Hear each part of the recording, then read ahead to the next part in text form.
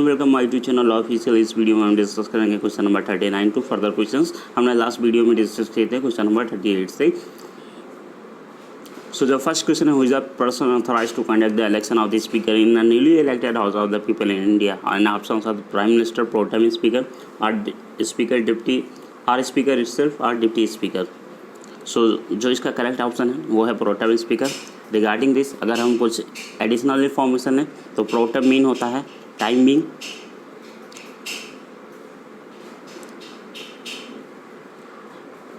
जो senior legislative members होते हैं उनके नेम को सबमिट किया जाता है मिनिस्ट्री ऑफ पार्लियामेंट्री अफेयर्स के द्वारा, और उन्हीं में से एक को प्रेसिडेंट के द्वारा अपॉइंट किया जाता है प्रोटेम स्पीकर्स को, और प्रोटेम स्पीकर ही कंडक्ट कराते हैं speaker of the house of the people mean Lok Sabha का।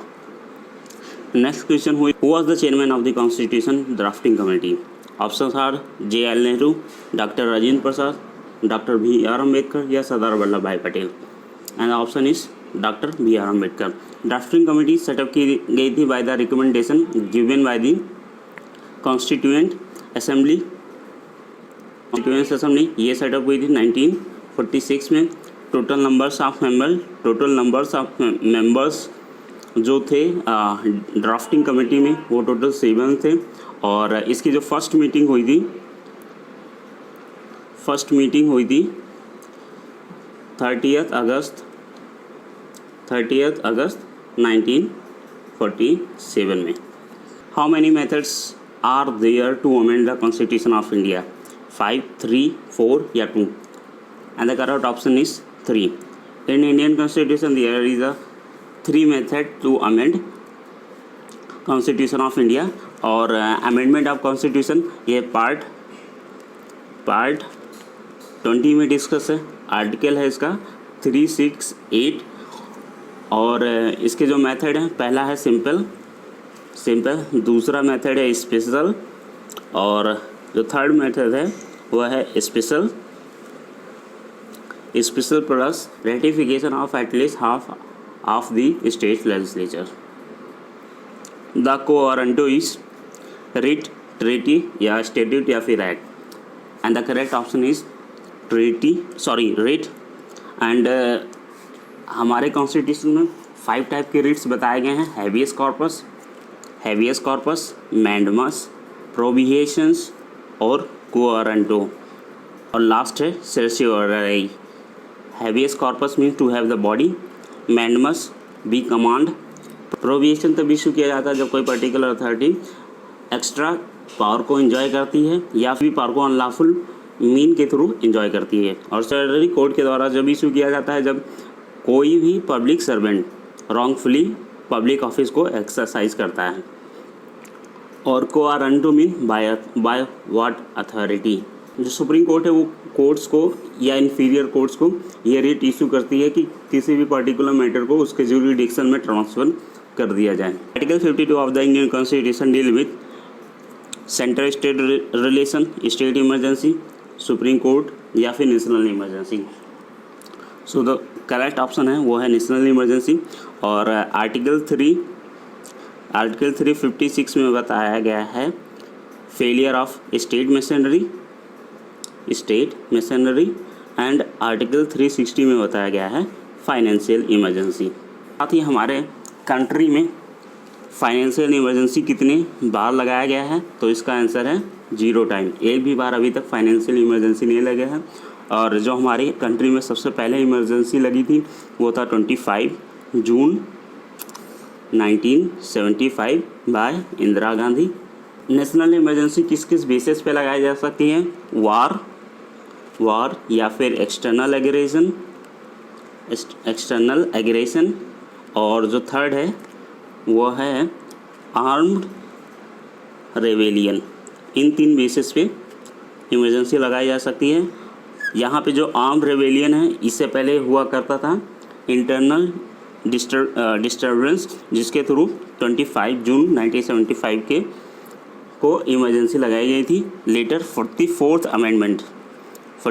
अमेंडमेंट के थ्रू जो हुआ था 1978 में, इसे रिमूव करके आर्म्ड रेबेलियन को वर्ड को इम्प्लीमेंट किया गया था।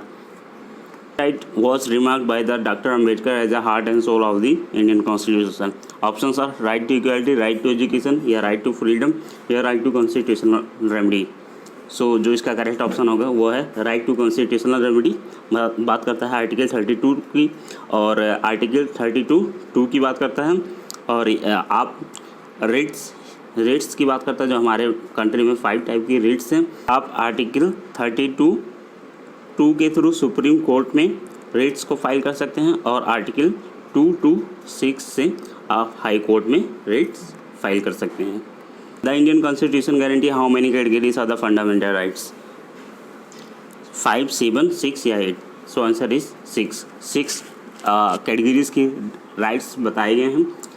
Which constitutional amendment incorporated the fundamental duty in the Constitution of India? Options are 40, 42 या फिर 44 या 50. सो इसका जो करेक्ट ऑप्शन होगा वो होगा 42 अमेंडमेंट के थ्रू, जो हुआ था 1976 में। इसे मिनी कॉन्स्टिट्यूशन भी कहा जाता है। और हमारा फंडामेंटल राइट्स मेंशन है आर्टिकल 51A में। और ये रिकमेंडेशंस किसके द्वारा दी गई थी? सोरेन सिंह कमेटी के द्वारा, सोरेन सिंह कमेटी के द्वारा ये सारी रिकमेंडेशंस दी गई थी। और इसके साथ साथ ही 3 वर्ड और ऐड हुए थे। एक हुआ था सेकुलर इंटीग्रिटी और सोशलिस्ट। ये 3 ऐड वर्ड्स हमारे कॉन्स्टिट्यूशन में ऐड हुई थी। Right to property was deleted by which amendment? Right to property was deleted by which amendment? Options are 44, 71, 42 या फिर 68। अगेन इसका जो करेक्ट ऑप्शन है वो है 44 अमेंडमेंट के through right to property delete किया गया था फंडामेंटल राइट से। और राइट टू प्रॉपर्टी अभी मेंशन है आर्टिकल 300A में, जो कि हमारा एक लीगल राइट है, नॉट राइट टू प्रॉपर्टी। ये फंडामेंटल राइट अब नहीं रहा। और 44th अमेंडमेंट कब हुआ था? ये हुआ था 1978 में। Who said the preamble is the key to the constitution? B.R. Ambedkar, Jawaharlal Nehru, doctor Rajendra Prasad या फिर C Rajagopalachari? And the option is B.R. Ambedkar. अगर हम प्रेम्बल के रिगार्डिंग कुछ बात करें तो पहले ड्राफ्ट किसने किया था? ड्राफ्ट किया गया था JN नेहरू के द्वारा 13 दिसंबर 1946 को। और हमने प्रेम्बल किस कंट्री से बोरो किया है? प्रेम्बल किस कंट्री से बोरो किया है, मतलब किस कंट्री से लिया है? सो आंसर इज USA। हमने प्रेम्बल अडॉप्ट किया है USA से। और प्रेम्बल में 3 वर्ड हैं, liberty,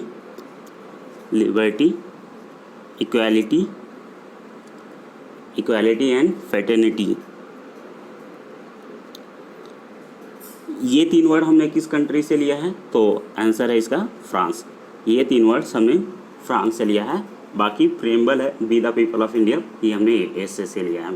objective resolution of preamble किसने पास किया था? Answer is Jawaharlal Nehru. Article 19 of the constitution, article 19 of Indian constitution contains कितने फंडामेंटल राइट्स कंटेन करता है? ऑप्शन है 9 फंडामेंटल, या फिर 7, या फिर 8, या फिर 6। And the option D is the correct answer. हमारे आर्टिकल 19 6 फंडामेंटल राइट्स को कंटेन करता है, जिसको हम कहते हैं cluster of 6 right, cluster of 6 rights, fundamental rights. Fundamental right हमने किस कंट्री से अडॉप्ट किया है? फंडामेंटल राइट हमने अडॉप्ट किया है USA से। The chairman of the national human commission is appointed by prime minister, vice president या फिर council of minister. So national human commissions के जो चेयरमैन होते हैं वो अपॉइंट किए जाते हैं प्रेसिडेंट के द्वारा। वो चाहे फाइनेंस कमीशन के भी जो चेयरमैन होते हैं वो भी प्रेसिडेंट के ही द्वारा अपॉइंट किए जाते हैं। और जो हमारे first national human right commission थे वो थे रंगानाथ मिश्रा। और नेशनल ह्यूमन कमीशन ये एक स्टैच्यूटरी बॉडी है, ना कि एक कॉन्स्टिट्यूशनल बॉडी है। Which of the following is not a fundamental right? Options are right to equality, right to freedom, right to property या फिर right against exploitation. So option B is the correct answer. Right to property is not a fundamental right, it is a legal right, and right to property is mentioned under Article 300A, and this was removed from 44th Amendment जो कि हुआ था 1978 में. Women in the Constitution are called the fundamental right because options are they are natural rights, they are the part of the Constitution, या फिर they can't be suspended, या फिर last option they can be enforced and safeguarded by the court. So इसका जो correct option होगा वो होगा D, they can be enforced and safeguarded by the courts. हमारा अगर आप किसके थ्रू अपने फंडामेंटल राइट को इन्फोर्स करा सकते हैं, so options are article 32(2) in the Supreme Court and Article 226 in the High Courts. Suspend during the emergency under Article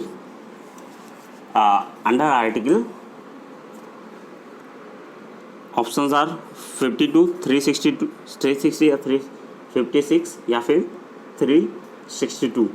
So correct option would be option A, that is 352. और पहली emergency हमारे country में कब लगाई गई थी? 5 जून 1975 में. और कौन से बेसिस पे लगाई गई थी? तो इंटरनल डिस्टर्बेंस के बेसिस पे, जो कि रिमूव कर दिया गया था 44th अमेंडमेंट के द्वारा, 44th अमेंडमेंट के द्वारा, जो कि हुआ था 1978 में. और इसकी जगह वर्ड लाया गया था armed rebellion. Next, right to privacy is contained in article 22, article 21 या फिर आर्टिकल 19 या 22. सो इसका जो करेक्ट ऑप्शन होगा इसमें आर्टिकल 22 में हमारा राइट टू प्राइवेसी कंटेन है. बट अगर हम राइट टू प्राइवेसी को एक वाइड टर्म में देखेंगे तो इसके साथ साथ भी आता है आर्टिकल 14 भी आता है और आर्टिकल 19 भी आता है राइट टू प्राइवेसी में. और केस है जो कि राइट टू प्राइवेसी से रिलेटेड है, वो है KM Puttaswamy versus union of India. इसमें टोटल 9 जज की बेंच ने ऑर्डर पास किया था. Freedom of expression is included under article freedom of expression is included under article 15, 21, 19 या फिर 22. सो ऑप्शन होगा 19. और हमने जो फ्रीडम फंडामेंटल राइट्स हैं वो किस कंट्री से अडॉप्ट किए हैं? सो करेक्ट इज, सो इसका आंसर होगा वो होगा USA से हमने फंडामेंटल राइट अडॉप्ट किए हैं. The emergency provisions of the constitution of India has been borrowed from. जो इमरजेंसी के प्रोविजंस हैं वो हमने किस कंट्री से अडॉप्ट किए हैं या फिर बोरो किया है? So option are German, French, American या फिर आयरिश कॉन्स्टिट्यूशन. सो इमरजेंसी के प्रोविजंस हमने अडॉप्ट किए हैं जर्मन कॉन्स्टिट्यूशन से. और इसके रिगार्डिंग कुछ इन्फॉर्मेशन है. आर्टिकल 352 बात करता है नेशनल इमरजेंसी की, ना कि स्टेट इमरजेंसी. स्टेट इमरजेंसी नहीं होगा, नेशनल इमरजेंसी होगा. आर्टिकल 356 बात करता है फेलियर ऑफ कॉन्स्टिट्यूशनल मशीनरी. और आर्टिकल 360 बात करता है फाइनेंशियल इमरजेंसी की, जो कि अभी तक हमारे कंट्री में नहीं इम्पोज किया गया है कभी financial emergency. List was adopted from. Options are Russian constitution, American constitution, Swiss constitution या फिर French constitution. And the correct option is Swiss constitution से हमने कंकरेंट लिस्ट को अडॉप्ट किया है. और अगर ये मैं पूछूं वर्ल्ड का सबसे पुराना कॉन्स्टिट्यूशन किस कंट्री के पास है, और उसका करेक्ट ऑप्शन होगा स्विट्ज़रलैंड.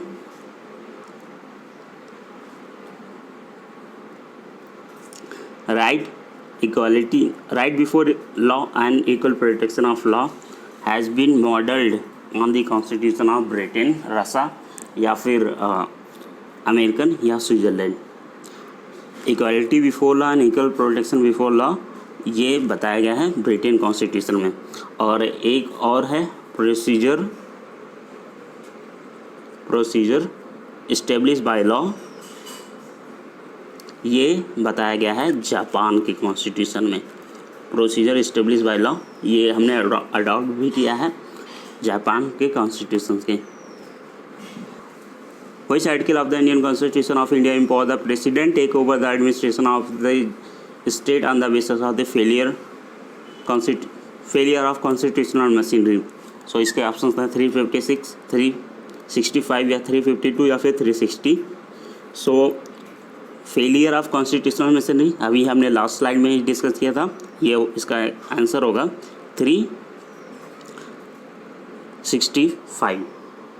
और अगर हम बात करें इमरजेंसी से रिलेटेड, तो इमरजेंसी हमने अडॉप्ट किया है जर्मन कॉन्स्टिट्यूशन से, और हमारे कंट्री में 3 इमरजेंसी के प्रोविजंस हैं, 352 में, 356 में और 360 में। In India the power of the amnesty has been given by, options are president, chief of the army, prime minister या फिर पार्लियामेंट। एमनेस्टी मीन जो अगर किसी को सज़ा मिली है तो उसको पार्डन करने का पावर किसके पास होता है? पार्डनिंग पावर होता है हमारे प्रेसिडेंट के पास। इसके रिगार्डिंग अगर हम कुछ एडिशनल इन्फॉर्मेशन देखें तो प्रेसिस आर्टिकल में बताया गया है pardoning power of the president. So article 72 में बताया गया है। और गवर्नर किन आर्टिकल के थ्रू, किन आर्टिकल में बताया गया है pardoning power of the governor? So इसके आर्टिकल होगा 161 में। और हमारे प्रेसिडेंट प्लस गवर्नर के पास कितने टाइप की पार्डनिंग पावर होती हैं? सो उसका आंसर है वो 4 टाइप्स के हमारे प्रेसिडेंट और गवर्नर के पास पार्डनिंग पावर होता है। एक होता है रेमिशन, दूसरा होता है रिप्राइव, और तीसरा होता है respite, and the last is commutation. Commutation means होता है चेंज, जब जैसे किसी डेथ पनिशमेंट को अगर लाइफ इम्प्रिजमेंट में टर्न कर दिया जाता है तो उसे कहा जाता है कम्यूटेशन। और रिस्पाइट में क्या होता है कि जब किसी लेडी को डेथ पनिशमेंट मिला है बट इसी दौरान वो लेडी प्रेग्नेंट हो जाती है, तो फर्दर जब तक कि उसका जो बेबी है वो बॉर्न नहीं हो जाता तब तक उसे डेथ पनिशमेंट नहीं दिया जा सकता है। सो उसे कहा जाता है रिस्पाइट। और रिप्राइव केस में क्या होता है कि प्रेसिडेंट होता है, उसके पास पावर होता है कि किसी भी डेथ पनिशमेंट को या फिर पनिशमेंट में डिले कर सकता है। और जो रेमिशन होता है वो होता है, रेमिशन में क्या होता है कि जो प्रेसिडेंट होता है वो अगर वो चाहे तो किसी भी अगर मान लीजिए किसी भी पर्सन को 20 ईयर की लाइफ इम्प्रिजमेंट, मान लीजिए किसी भी पर्सन को 20 ईयर का इम्प्रिजमेंट मिला है तो उसको वो चेंज कर सकता है टू 10 ईयर। उसके पास इतना, प्रेसिडेंट के पास इतना पावर होता है कि किसी भी पनिशमेंट को वो रिड्यूस कर सकता है, तो उसे कहा जाता है रेमिशन। डिस्कस किए क्वेश्चन नंबर 60 से, और इसके बाद हम डिस्कस करेंगे फर्दर 61 से and rest of the questions. Thank you.